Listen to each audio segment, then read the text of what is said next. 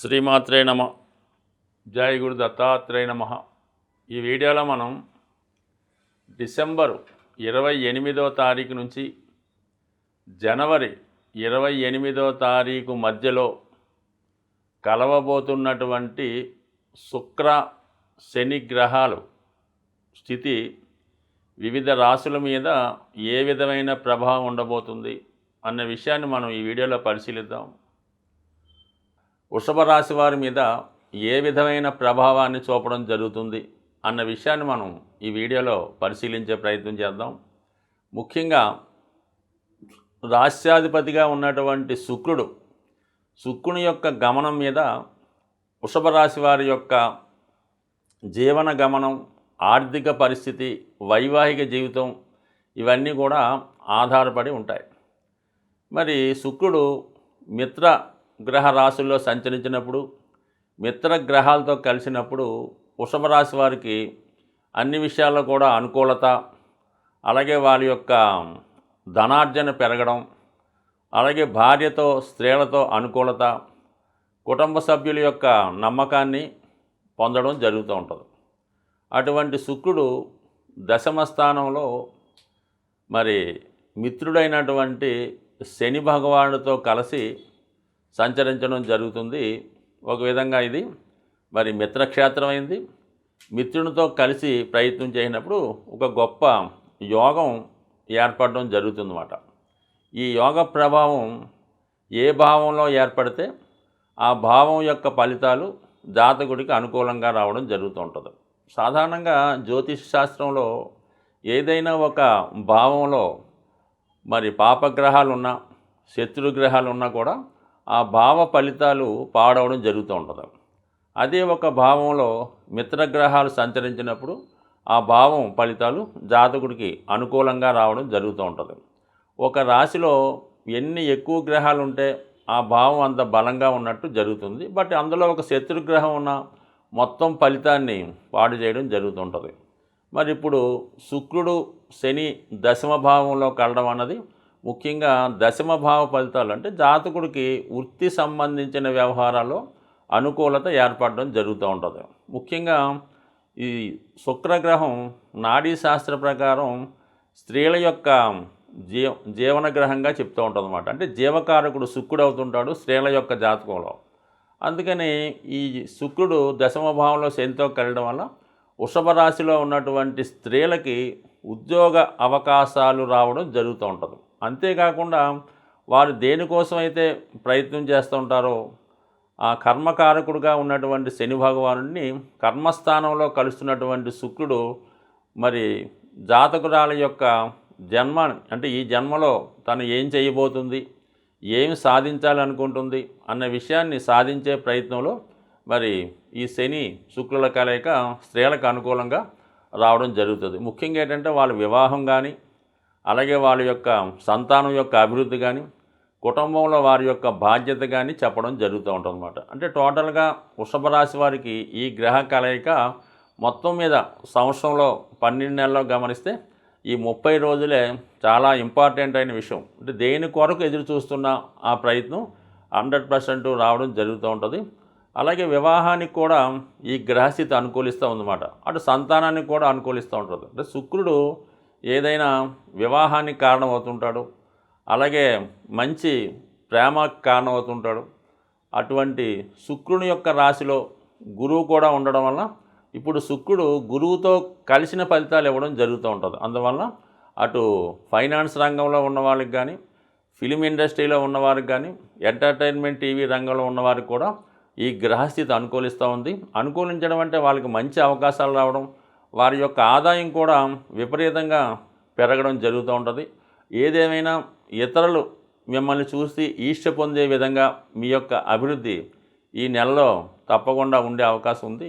రాశి చక్రంలో శుక్రగ్రహానికి ఉన్నటువంటి ప్రాధాన్యత మిగతా గ్రహాలకి మానవుని యొక్క జీవితంలో ఎక్కువగా శుక్రగ్రహ ప్రభావం ఉండడం జరుగుతుంది. ఒక మానవుడు జీవితంలో ఆనందంగా ఉండాలన్నా, వివాహ సౌఖ్యం పొందాలన్నా, తన కోరికలు తీరాలన్నా అసలు వివాహం తొందరగా జరగాలన్నా అసలు వివాహం జరగకపోవడానికి కూడా శుక్రగ్రహమే కారణమవుతుంటాడు. కాబట్టి మరి ఈ శుక్రగ్రహ ప్రభావం వ్యక్తిగత జాతకాలపైన గోచారరీత్యా ఎక్కువగా ఉండడం జరుగుతూ ఉంటుంది. అంటే సాధారణంగా మీ అందరికీ తెలుసు, మరి గురు మౌఢ్యం వచ్చినప్పుడు వివాహాలు శుభకార్యాలు నిర్వహించడం మానేస్తుంటారు. అలాగే శుక్రమౌఢ్యం వచ్చినప్పుడు కూడా ఫర్ ది సేమ్ టైం వివాహాలు చేయడం అన్నది సాధారణంగా జరగదు. అంటే దాన్ని బట్టి మీకు శుక్రుని యొక్క ప్రాధాన్యత అర్థమవుతుంది కదా. అలాగే ముఖ్యంగా శుక్రుడు కంబస్ట్ అయి ఉండగా బలహీనంగా ఉన్నప్పుడు చేసినటువంటి వివాహాలు సక్సెస్ కాకపోవడం, అదే సమయంలో ప్రారంభించినటువంటి వ్యాపారాలు నష్టాలు చవిచూడటం జరుగుతూ ఉంటుంది.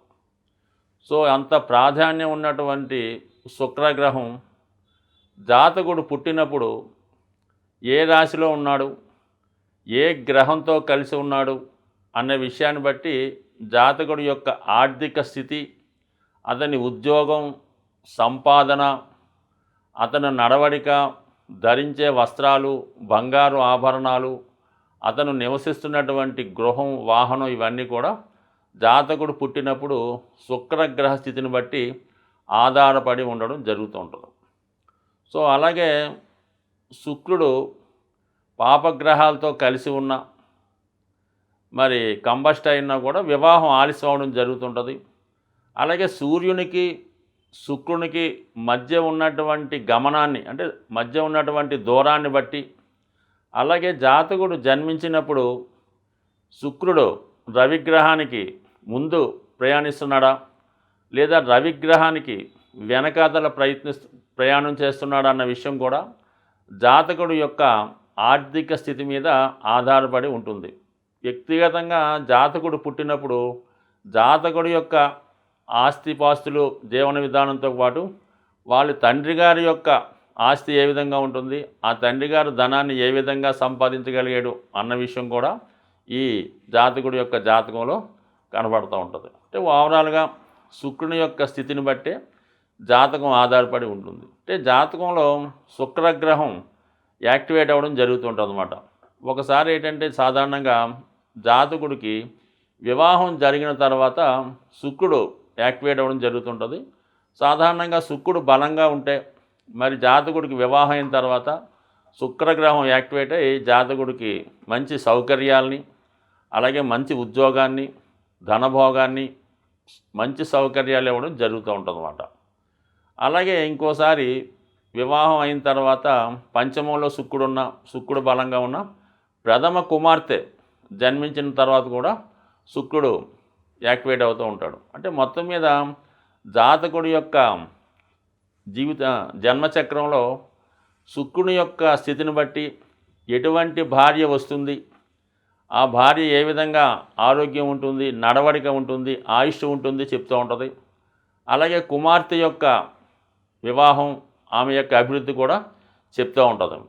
మొత్తం మీద కుటుంబంలో ఉన్నటువంటి అందరు స్త్రీల గురించి జాతకుడి యొక్క జన్మజాతకంలో ఈ శుక్రుడు వివిధ గ్రహాలతో కలిసి ఉన్నప్పుడు ఉన్నటువంటి స్థితి కూడా చెప్పడం జరుగుతూ ఉంటుంది. బట్ ఏదైనా ఒకటి జన్మజాతకంలో శుక్రుడు బలంగా ఉంటే వారి కుటుంబంలో స్త్రీలు సంతోషంగా ఉంటారు.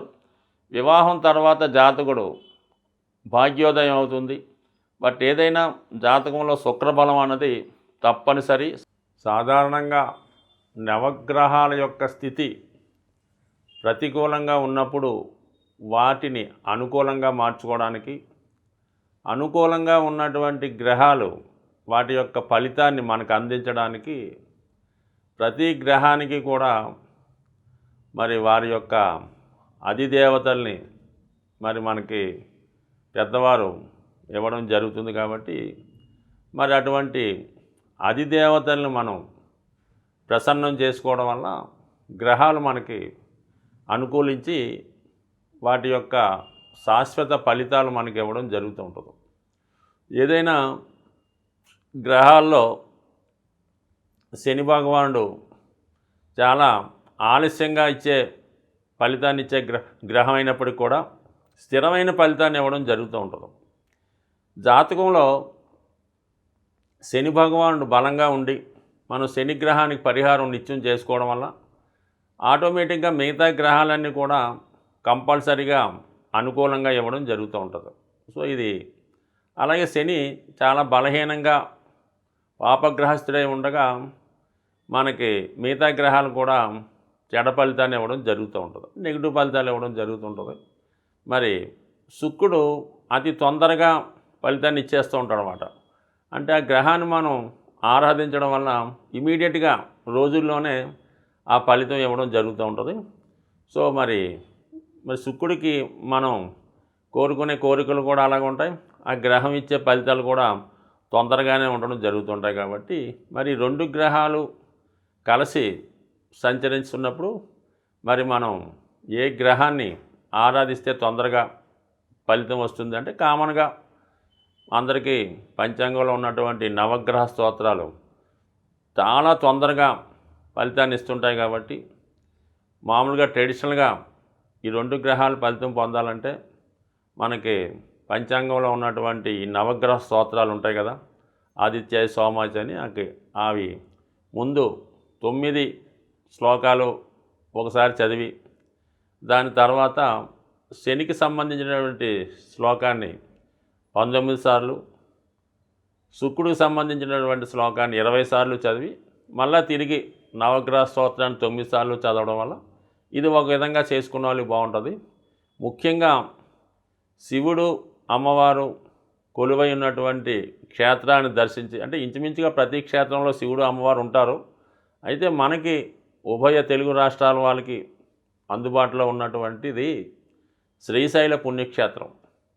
అటువంటి పుణ్యక్షేత్రంలో మరి మనకి మీరు ఈ రెండు గ్రహాలు కలిసి కుంభరాశిలో సంచరిస్తుండగా అంటే జనవరి 28 వరకు డిసెంబర్ 28 నుంచి మీరు వీలైతే మీకు ఇటువంటి శ్రీశైలాన్ని దర్శించుకొని అక్కడ ఏదో విధంగా ఒక రాత్రి బస చేయడం, వీలైతే చండీ హోమం, శివునికి అభిషేకం వారి స్థాయిని బట్టి చేసుకోవడం మంచిది. లేనివారు మీ యొక్క గ్రామంలోనో సమీపంలో ఉన్నటువంటి ఈ పంచారామాలు కానీ ఈ ఏదో ఒక శివక్షేత్రాన్ని దర్శించి విధి విధానంగా శివునికి అభిషేకం, అమ్మవారికి కుంకుమర్చన చేసుకోవడం వల్ల ఖచ్చితంగా అంటే శివుడు అనుగ్రహిస్తే ఏ గ్రహం అనుగ్రహించినట్టు ఫలితాన్ని ఇవ్వడం జరుగుతుంది. కేవలం ధనాన్ని ఇవ్వడంలో, ఆ ధనం అంటే ఐశ్వర్యాన్ని ఇవ్వడంలో శివుణ్ణి మించిన దైవం ఉండడు. కాబట్టి ఏదైనా నమ్మకంతో ఈ పరిహారం చేయండి. అలాగే మీరు ఏదో ఒక రుద్రాక్ష ఈ నెల రోజులు ధరించే ప్రయత్నం చేయండి. అలాగే విభూతి ధారణ వల్ల మీ యొక్క సమస్త కోరికలు నెరవేరి శాశ్వతమైనటువంటి ఐశ్వర్యాన్ని, లక్ష్మీ కటాక్షాన్ని పొందే అవకాశం ఉంటుంది. స్వస్తి.